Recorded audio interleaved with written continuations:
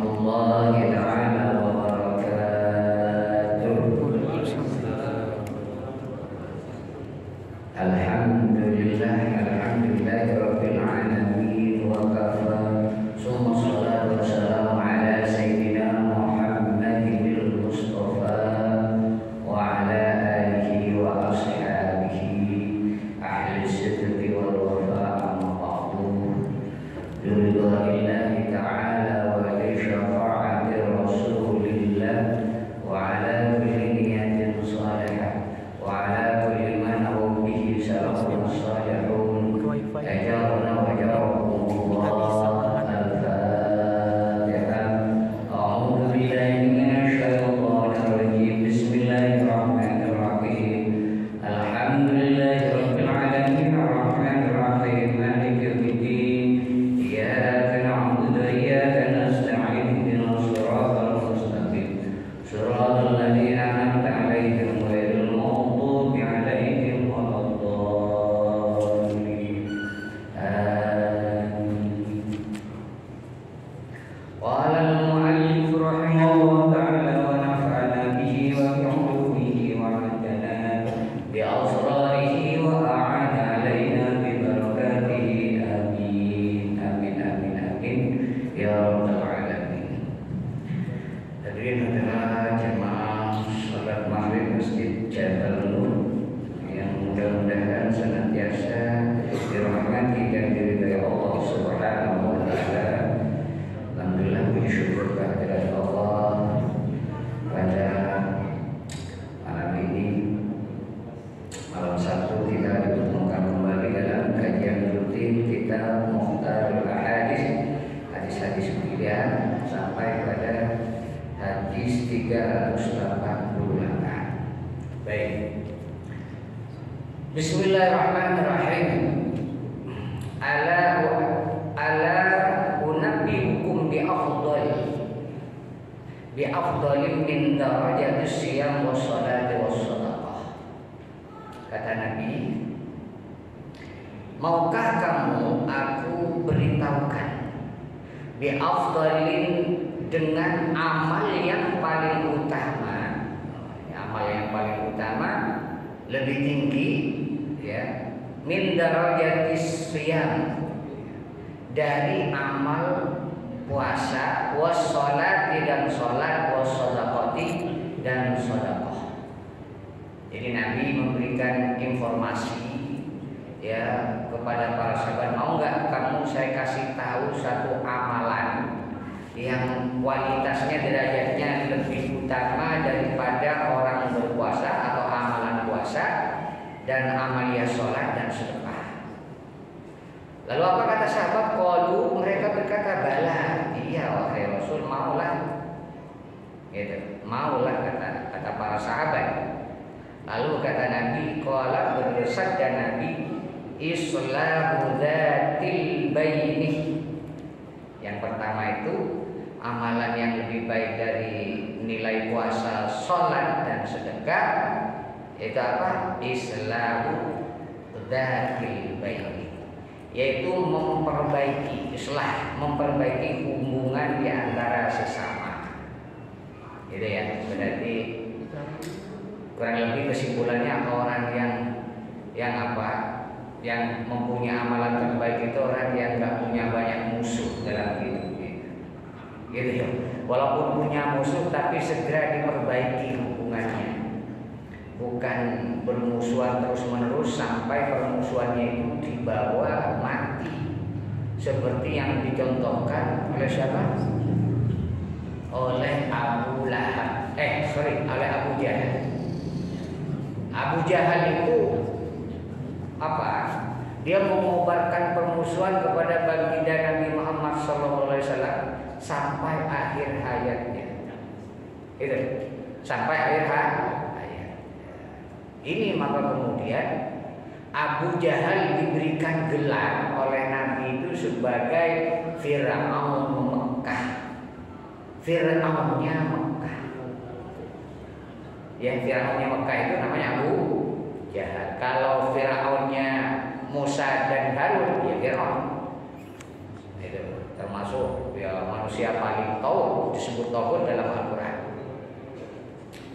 Kenapa? Mengobarkan permusuhan kepada Nabi Musa dan Harun. Nah ternyata Fir'aunnya Mekah sama Abu Jahal juga gitu, yang membawa permusuhan sampai akhir hayatnya, di mana terkenal dalam satu riwayat bahwa Abu Jahal ketika hendak meninggal, ya, ketika hendak meninggal udah terbujur, udah luka, udah roboh, kemudian jasadnya dinaikin oleh namanya sahabat Nabi Abdullah ibnu Mas'ud. Nah kemudian dia bersyair. Ini orang Arab. Orang Arab itu kalau mau mati masih bersyair dia. Indah syairnya. Kalau kita boro-boro bersyair, kalau sudah mau mati ya udah hilang semuanya kan. Nah ini orang udah sekarat, dia masih bersyair. Dengan meledek Abdullah ibnu Mas'ud yang orangnya kecil krempeng, mungkin kayak siapa sekarang, mungkin ya kayak Pak Wisnu, mungkin nggak tahu, lebih kecil lagi mungkin, saking kurusnya gitu. Itu Abdullah ibnu Mas'ud. Apa dia? Wahai orang yang kurus kering yang sedang menaiki gunung yang tinggi, gitu.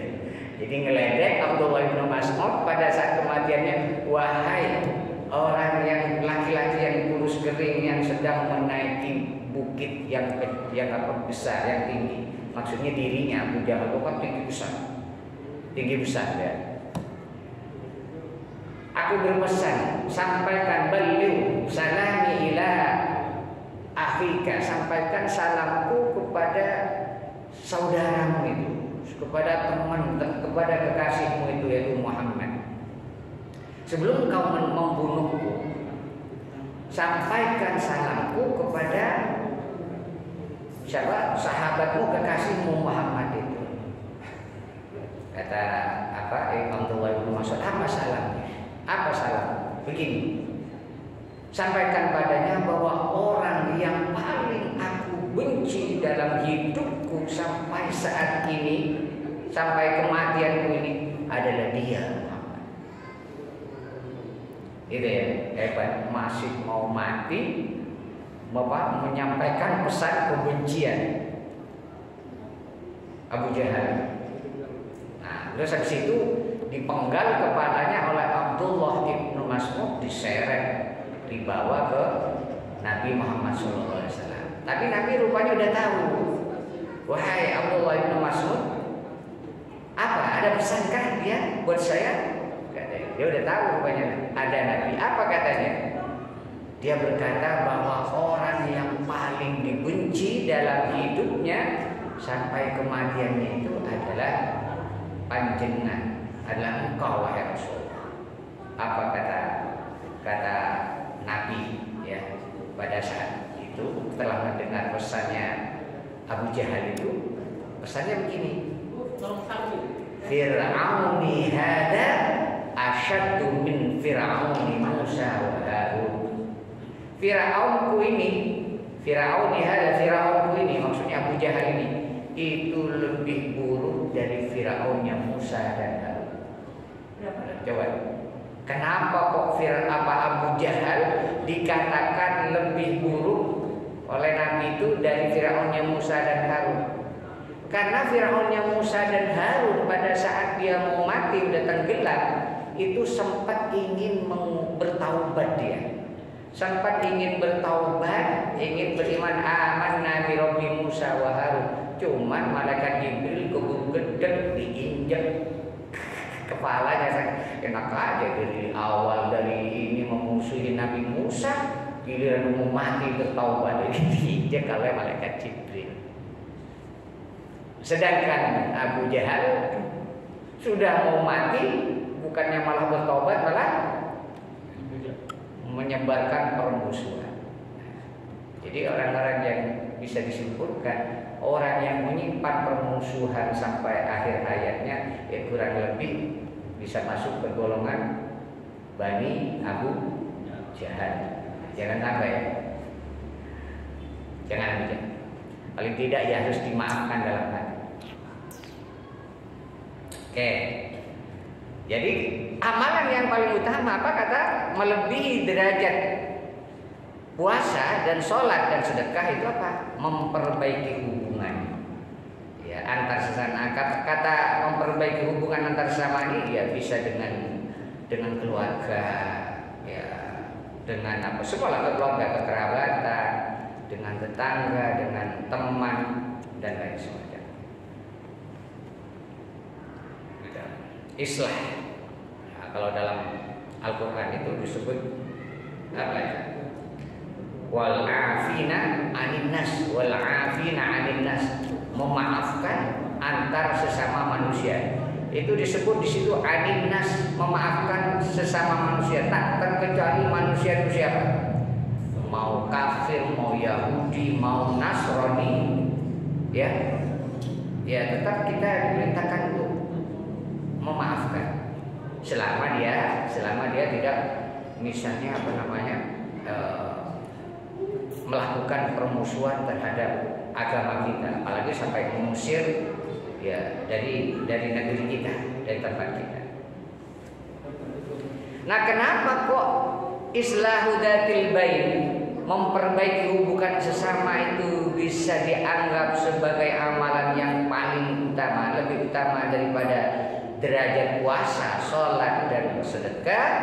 Fa inna fasada dzatil bain, fa inna fasada dzatil bain hiyal khaliqah.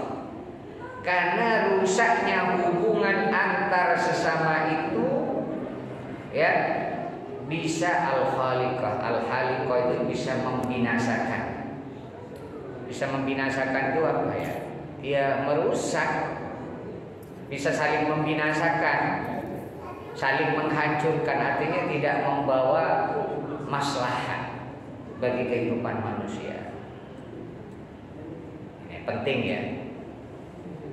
Jadi ibadah itu ya bisa disimpulkan ibadah itu ya bukan hanya puasa, bukan sholat, bukan sedekah, tapi apa? Memperbaiki hubungan, termasuk memperbaiki hubungan dalam pekerjaan. Ini termasuk di dalam organisasi, termasuk ya, bukan saling dicet, bukan saling sikut, bukan saling ganjel kayak pemain bola kan. Nah, itu namanya nggak islahu dzatil bain. Kalau saling sikut, saling ganjel, nah itu berarti ya belum apa, amaliyah yang ini belum dilaksanakan. Oke. Bismillahirrahmanirrahim. Wa haditsukum bima yudkhilukumul jannah. Maukah kata Nabi aku akan ceritakan kepada kamu bima yudkhilukumul jannah, dengan amalan yang bisa memasukkanmu ke dalam surga.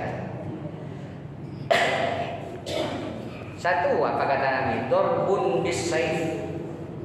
Dorbun bisayf itu yaitu berperang di jalan Allah menggunakan pedang. Tapi nanti ditafsirkan bukan hanya orang yang menggunakan pedang, pokoknya intinya berperang di jalan Allah, termasuk yang membawa perbekalannya, yang membawa senjatanya, ya itu termasuk golongan sabilillah. Yang penting dia tidak lari di medan perang karena takut kemudian dia terbunuh. Nah, itu beda. Itu nggak masuk syahid. Ini memang paling utama itu kalau yang perang di jalan Allah. Nah, gitu. Dorbun, memukul musuh, membunuh musuh di jalan Allah. Tapi kalau ini kan ini konteksnya perang ya. Kalau zaman sekarang nggak ada perang, nggak bisa digunakan ini. Terus yang kedua apa? Wa ikramud dhaif. Ikramud dhaif itu memuliakan tamu. Ya, ini penting. Ini khususnya hidup ya dalam tatanan sosial, hidup di perkotaan. Kalau di kampung mungkin udah nggak begitu aneh lah orang menghormati tamu. Tapi kalau di Jakarta itu agak susah. Ya, agak susah karena hidup perkotaan itu nafsi-nafsi ya. Hidup di perkotaan itu nafsi-nafsi, mementingkan ya diri sendirilah. Dan keluarga, kadang sama keluarga saja kurang bagus semuanya. Ikramud dhaif. Apa yang dimaksud ikramud dhaif? Nah, nanti bisa ditafsir, bisa dirinci. Penjelasannya satu, ya menjawab salam ketika dia meluk salam, itu menyampaikan salam, menjawabnya. Kedua apa? Ya mempersilakan duduk ketika ya mengeluarkan apa? Minuman atau apa? Makanan sebisanya. Dan menemainya kalau ada tamu menemainya. Gitu. Dan ketiga, kalau pulang mengantarkannya sampai depan pintu, itu termasuk ikramud dhaif. Ada yang tamu kadang ya, pamit nggak diantar, nggak diantar keluar pintu. Ada, ini bagian dari adab ini. Ya. Nah, ketiga, membiarkan kalau dia misalnya tamu dari luar kota, misalnya memberikan ruang waktu untuk menginap berapa? Waktunya 3 hari 3 malam. Kalau udah lebih 3 hari boleh diusir. Bukan diusir dengan inilah, dicari caranya gitu. Jangan main usir. Jadi selama dia 3 hari 3 malam, dia masih punya hak untuk menginap di rumah tersebut dan dilayani sebagai mana mestinya. Ya kalau udah 3 hari, ya mungkin nanti bisa mencari siasat. Aduh, semua saya mau pergi keluar kota, nggak ada orang di sini. Kan bisa begitu. Tapi juga nggak boleh mengusir. Tapi sudah nggak ada hak kalau sudah 3 hari 3 malam. Gitu ya. Karena merepotkan juga kalau lebih dari 3 hari itu merepotkan. Tamunya harus ngerti. Dia punya ilmu juga bertamu, punya adab juga bertamu. Oke. Itu bisa menjadi apa? Amalan, ya, ikramud dhaif bisa menjadi amaliyah untuk memasukkan ke surga, tiket ke surga. Ya termasuk it'am ya, di dalamnya memberikan makan. Wah, di samping banyak keberkahan, ya, keberkahan dalam menerima tamu. Ya, dulu ada seorang sahabat. Ini dia tiap hari, tiap malam terima tamu. Sampai istrinya bosan. Merasa kecapean karena harus melayani tamu. Kecapean. Akhirnya ngadu kepada Rasulullah. Wahai Rasul, itu suamiku apa-apaan. Siang hari, siang malam selalu terima tamu teman-temannya diundang terus. Saya sebagai ibu rumah tangga capek, nggak kuat. Akhirnya apa? Yaudah deh, kalau begitu nanti ntar malam aku akan bertamu. Gue seneng, istri sahabatnya seneng karena Nabi mau bertamu, disiapkanlah makanan. Maka nanti setelah Nabi bertamu itu kemudian dia berpesan, nanti setelah aku pulang dari rumahmu, keluar dari rumahmu, nanti kamu lihat nanti apa yang mengikuti aku pada saat aku keluar dari rumah. Nah, begitu Nabi keluar setelah bertamu itu, ternyata apa? Banyak binatang-binatang yang keluar dari rumah mengikuti Nabi. Ya mungkin ular, kalajengking, apa semuanya. Binatang-binatang yang menyeramkan, yang berbisa. Hanya bertanya, itu apa Nabi? Kok banyak banget binatang yang keluar dari rumahku? Kata cewek ini, istrinya sahabat ini, itu adalah penyakit-penyakit dan musibah-musibah yang akan menimpa rumahmu, keluargamu, itu hilang ikut bersama tamu-tamu yang pulang dari rumah. Nah, maka kemudian apa? Orang yang senang menerima tamu itu sebenarnya secara tidak langsung itu menjadi wasilah dari daf'ul bala. Wasilah daf'ul bala, media untuk nolak bala, termasuk nolak penyakit. Ya. Makanya majelis saya, rumah saya 24 jam itu saya persilahkan siapa saja yang mau bertamu. Memang nggak pernah tutup, nggak pernah tutup. Nah, untuk suka ada tamunya malam-malam juga datang ke saya. Kadang di atas jam 12 masih ada. Ya dengan berbagai keperluan. Saya belajar ya seperti itu. Dan memang ada hikmahnya, daf'ul bala. Daf'ul bala ada. Mungkin salah satu contoh. Ini banyak, bukan hanya terjadi sekali dua kali. Di gang saya itu pernah kemalingan motor itu diambil dari dalam itu gerbangnya. Pada malam pengajian, jadwal pengajian saya. Padahal di tempat saya motor itu banyak sekali, mungkin sekitar ada 20 lebih. Itu berantakan di luar rumah. Loh, kenapa maling itu kok nggak ngambil yang di depan rumah saya, malah ngambilnya di deretan gang saya itu dalam apa? Dalam pintu gerbang lagi yang diambil. Kata tetangga itu maling goblok itu.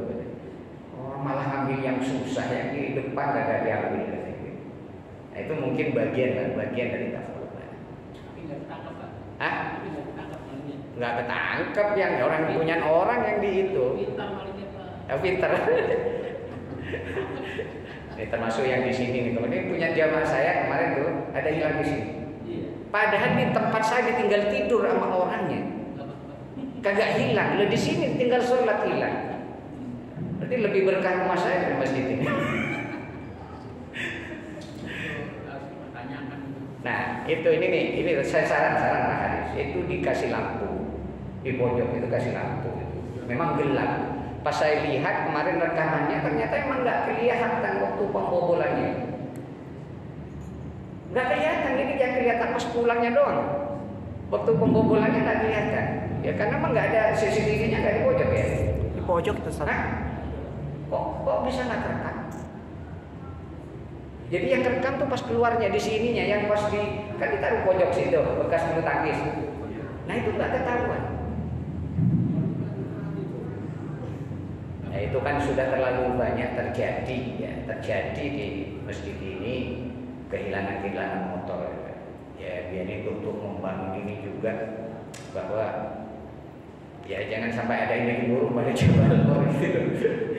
Ya sampai ini diburu, ya benar-benar di ini CCTV-nya, lampunya lah terutama. Atau kalau memang perlu tuh Pak Haris, ya khusus di daerah tempat-tempat ya kalau subuh kayak gitu ya ini dulu lah apa satu orang kan dipasang itu suruh jangan sholat terus berjaga. Ya, kan kawan-kawan sudah ada yang ditugaskan sebagai tukang parkir. Kasihan jamaahnya bukan apa-apa. Ini jamaah cuma punya motor satu-satunya, bayangkan. Lalu hilang. Itu nilainya kurang lebih sih kan 10 juta katanya. Mana masih ngontrak gitu. Ya Allah. Ganti, Pak. Ya pasti diganti oleh Allah, cuma nggak tahu digantinya kapan.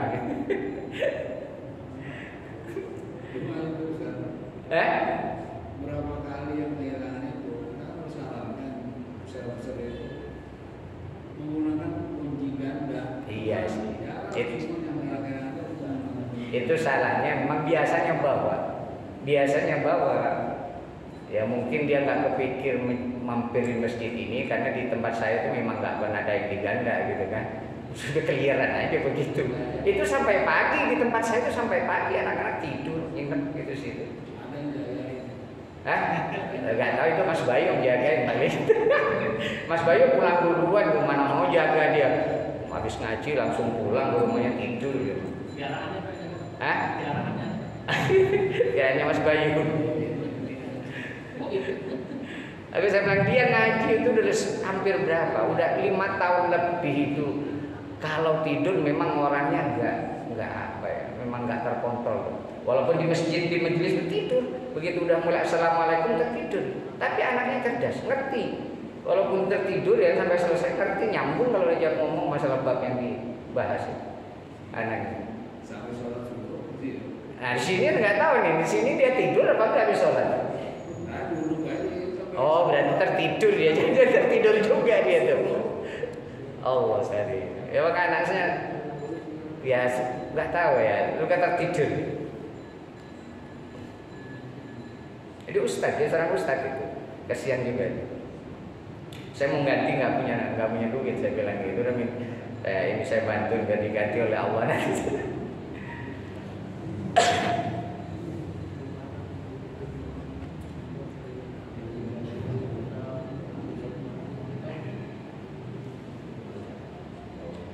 Oke.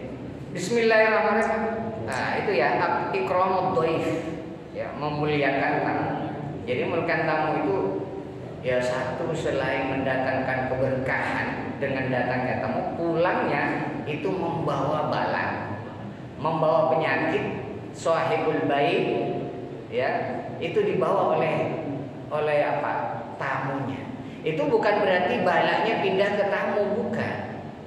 Tapi dengan wasilah tamu, balanya itu dibuang oleh Allah Subhanahu wa taala.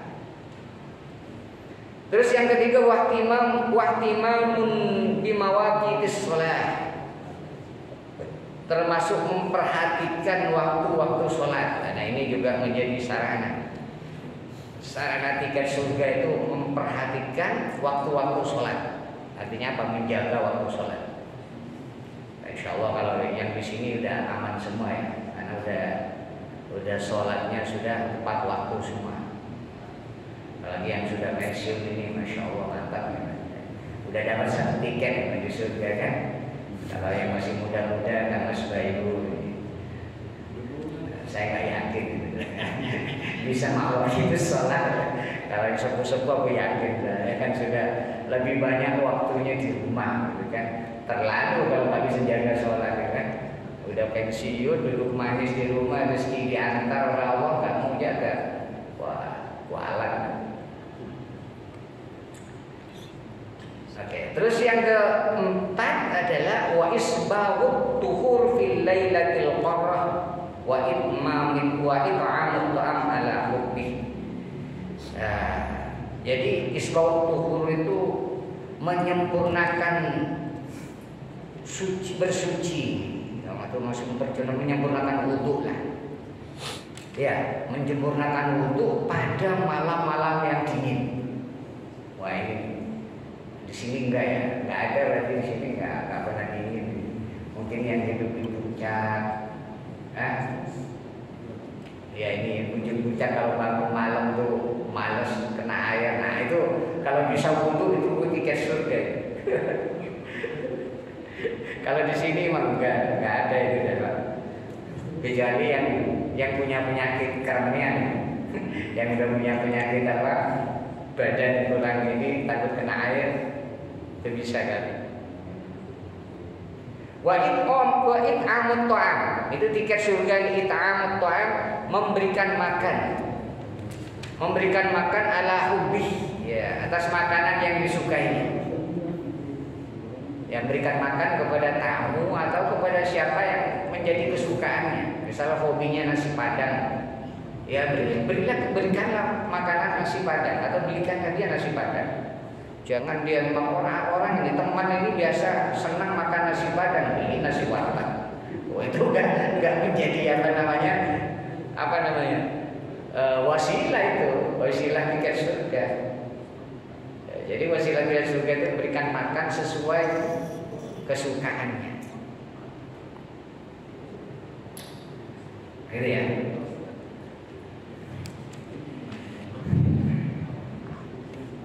Bismillahirrahmanirrahim. Ala ukhbirukum bi aisaril ibadah wa ahwanuha 'alal badan.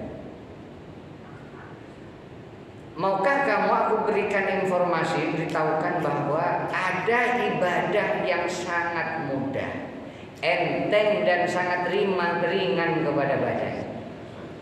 Jadi ada ibadah yang enggak terlalu melelahkan, enteng, ringan dan apa?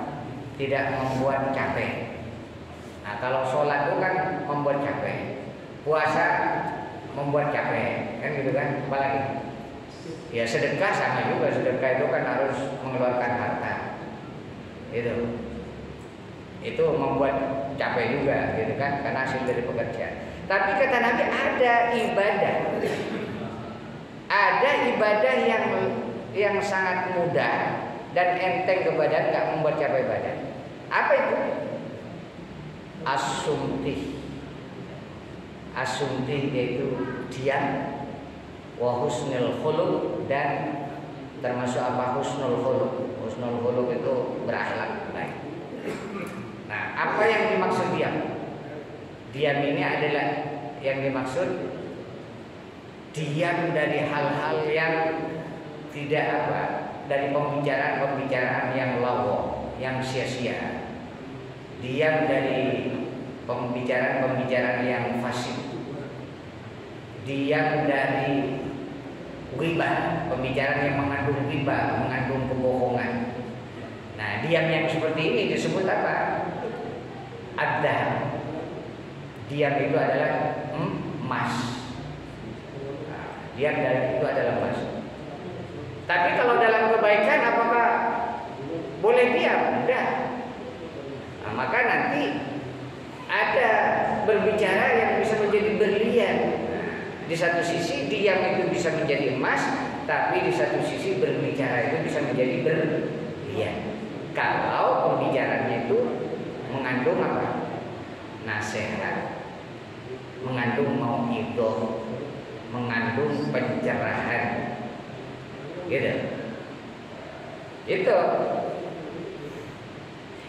Jadi nggak semua diam itu nanti menjadi nilai ibadah. Karena gini, nanti orang alim tugasnya apa? Dakwah nasrul ilmi, atau dia menyampaikan kebenaran walaupun satu ayat. Nah, ketika ada orang alim melihat satu kemungkaran, kedoliman yang terjadi di depan matanya, kemudian dia diam, tidak melakukan apa-apa, tidak melakukan tindakan, tidak melakukan nasihat, maka apa? Diamnya orang alim itu akan mempercepat datangnya siksa Allah di dunia. Nah, jadi ada konsekuensi.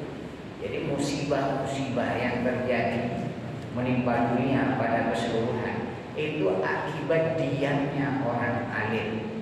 Diam, tidak berbuat apa-apa, tidak bertindak apa-apa, akan kemungkaran-kemungkaran yang terjadi di hadapannya maupun di lingkungannya.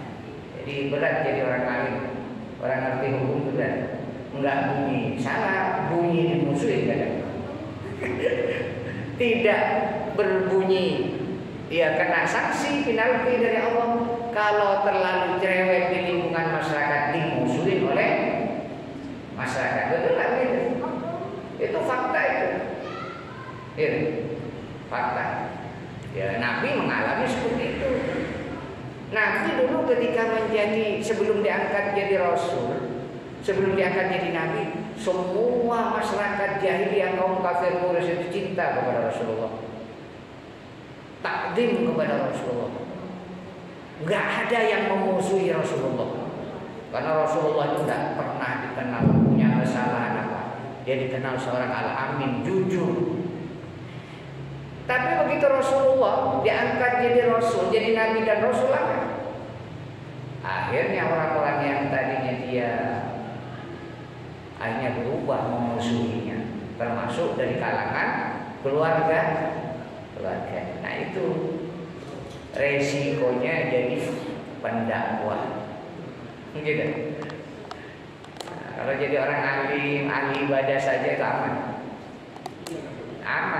nggak ada yang memusuhi. Paling dipuji terus pasti orang alim, kenal dengan tawadhu, gitu, takwa, rajin ibadah. Tapi kalau orang pendakwah itu pasti dia akan siap berbenturan dengan nafsu-nafsu orang lain, kepentingan orang lain. Nah, nanti disinilah nilai plus bagi ahli pendakwah kalau dia mampu sabar menghadapinya. Gitu ya. Jadi kalau hanya orang ahli ibadah, alim gitu, itu namanya soleh. Soleh li nafsi, dia soleh untuk dirinya sendiri. Tapi kalau pendakwah itu disebut muslim. Dia nggak cukup menjadi soleh untuk dirinya sendiri, tapi dia punya tugas untuk mensolehkan orang lain. Itu nilai plusnya. Oke. Wa husnul khaliq ini ya akhlak yang baik. Ya, akhlak yang baik itu nanti ini akhlak dibagi, ada akhlaknya kepada Allah, akhlak kepada Rasulullah, akhlak kepada guru, akhlak kepada tetangga, musuh juga. Ya, banyak akhlak itu nanti. Semuanya butuh akhlak. Kehidupan ini butuh akhlak. Oke, bismillahirrahmanirrahim. Ala ukhbirukum bi syai'in idza nazala bi rajulin minkum qurbun aw bala'un min amri dunya da'a bihi fayufarrij anhu.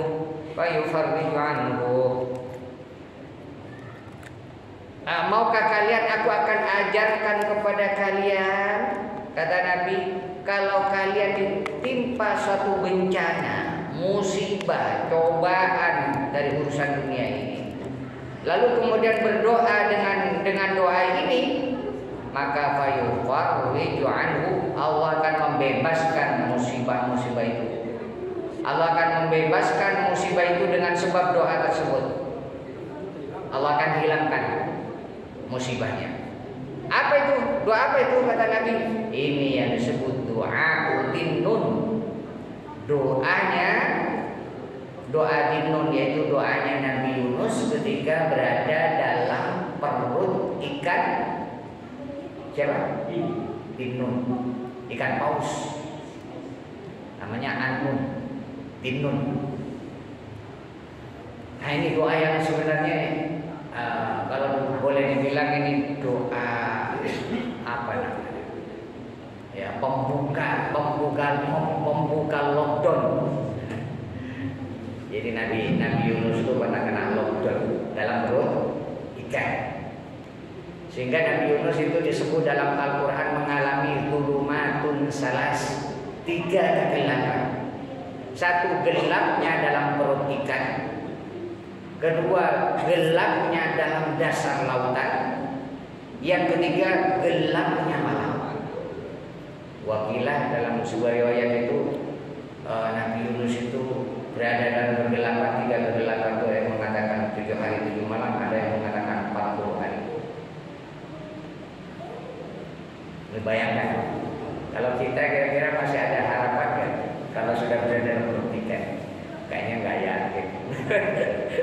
Kita aja satu kegelapan aja udah mumet, apalagi 3 kegelapan. Apalagi gelap nggak punya duit terus gitu. Ya Mas Bayu, udah pusing, padahal gelap nggak punya duit dong. Itu baru kegelapan apa kantong, sama kegelapan rekening. Udah mumet, apalagi kayak Nabi Yunus.